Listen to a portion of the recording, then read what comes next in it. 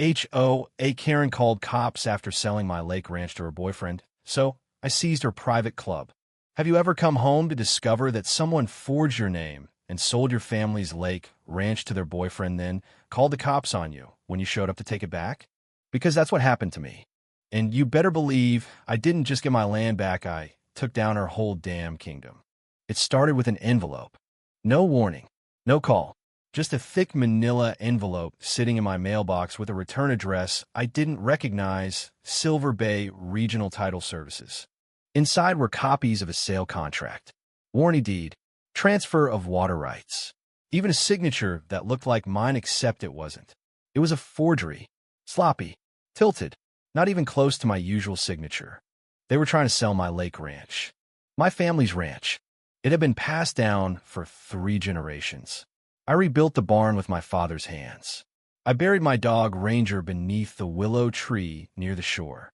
That land wasn't just property, it was legacy. And now, some forged papers said it belonged to Brandon J. Talcott Yacht Bro, real estate flipper with fake veneers and gelled hair who wore boat shoes to meetings about land use. I knew exactly who was behind it. Karen. Deborah Karen Holtz, to be exact. HOA president of the Silver Bay Lakeside Preservation Society. Obese, condescending, smug-faced tyrant who acted like her clipboard gave her federal authority. Her face always looked like she was about to demand to speak to someone's supervisor even if she was the supervisor. She'd hated my ranch for years, claimed it disrupted the aesthetic alignment of her HOA lakefront plan. I was the last holdout, the one lot on the curve she couldn't claim. My property technically wasn't part of her HOA, but it blocked the view from her so-called members-only clubhouse. Now she was trying to erase me. I drove straight to the county registrar's office. It didn't take long for them to confirm my fear the sale documents had already been submitted, but they hadn't cleared yet. One missing piece was holding it back, my wet signature on the release of mineral rights. The forgery had missed it, and that was her mistake. I marched straight to her clubhouse the next morning. I didn't knock. I didn't ask. I walked in through the side gate where she thought no one would see. But she was there. Hair sprayed stiff, floral scarf around her neck, sipping lemon water like she ran a country estate. "Oh," she said, seeing me. "I thought you were off the property by now." "Funny," I replied. "I thought fraud was still illegal in this county." She blinked just once. Then her eyes narrowed. "You should be careful with accusations like that, especially when you're trespassing on private club grounds. You forged my name. You try to sell land you don't own. You called it a landscape enhancement acquisition, but you're just trying to erase the only person who ever stood up to your HOA circus." That's when she smiled, slowly, wickedly.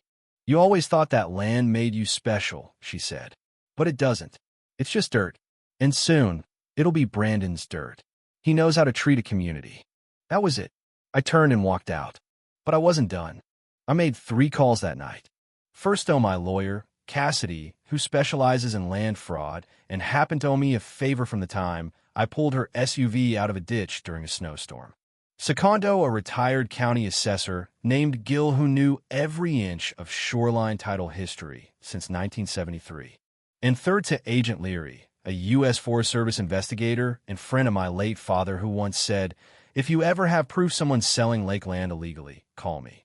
No questions. By the next morning, I had a legal emergency injunction, a county-wide fraud alert, and a team of federal officers standing outside the fake closing office that Karen had tried to funnel the deed through.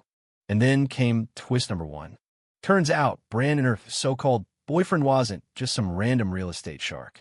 He was already under investigation for laundering dirty HOA money through shell entities. My property was going to be the crown jewel of his scam, rebranded into Silver Bay Executive Spa and Lake Experience. He'd even mocked up a brochure. My barn? Slated to be torn down and replaced with an eucalyptus detox dome. Twist number 2? The clubhouse Karen ran as her private HOA sanctuary. It wasn't zoned as a club, not even close. In fact, the land it sat on was technically registered as public access conservation land, something she knew and intentionally concealed. She'd built her power base on a lie. And now I had proof. The moment the feds confirmed the zoning violation, I knew exactly what I had to do. That clubhouse, the one she'd been parading as her personal kingdom, hosting $200 a plate, exclusive HOA dinners, private lakeside brunches, even selling day passes under the table to out-of-town guests. It wasn't hers. Legally, it was county conservation property, held in trust since 1961. And worse, her own HOA charter excluded her from any legal lease because she'd rewritten it ironically to prevent outside use. Her grab for control ended up barring herself.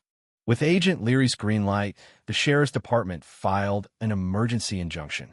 And on Saturday morning, while Karen was inside her clubhouse hosting a Silver Bay elite brunch complete with white linen and sparkling cider, deputies walked in and posted the seizure notice right on the front door.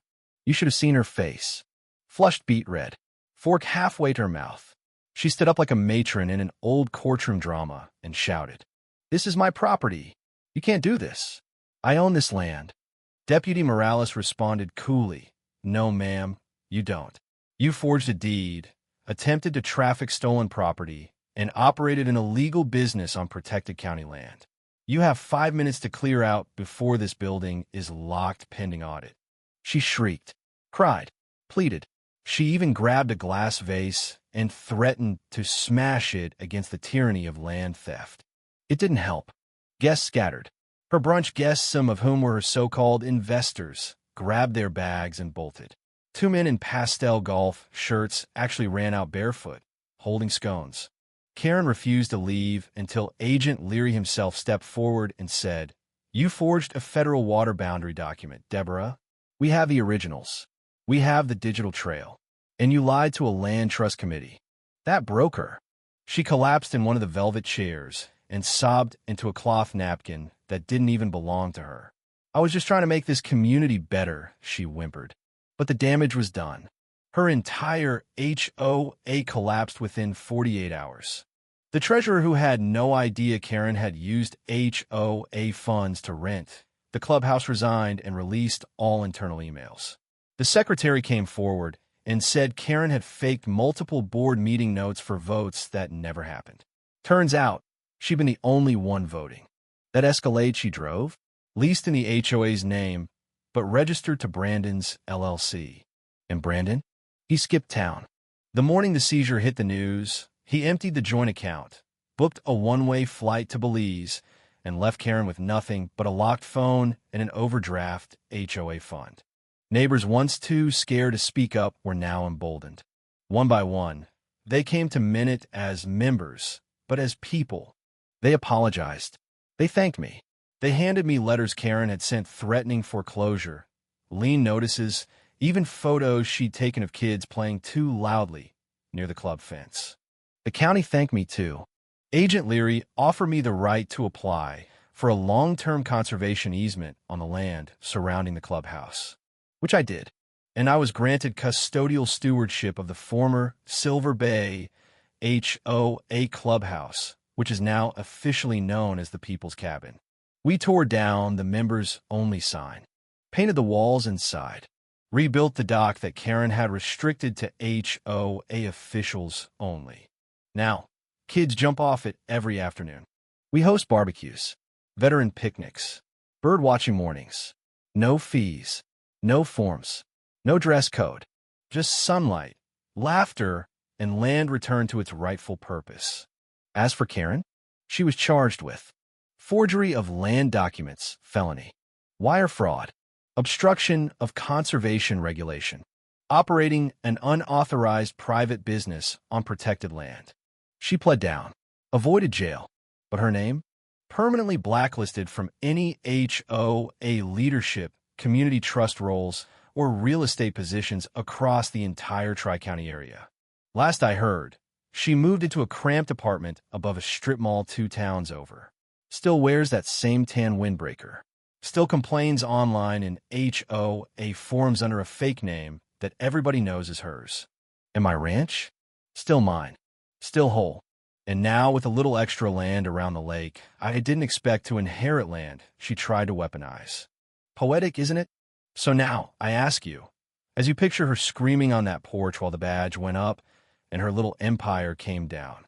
Was I wrong to seize what was always meant for everyone? Or was that the only way to remind people that land can't be stolen by a lie? The end.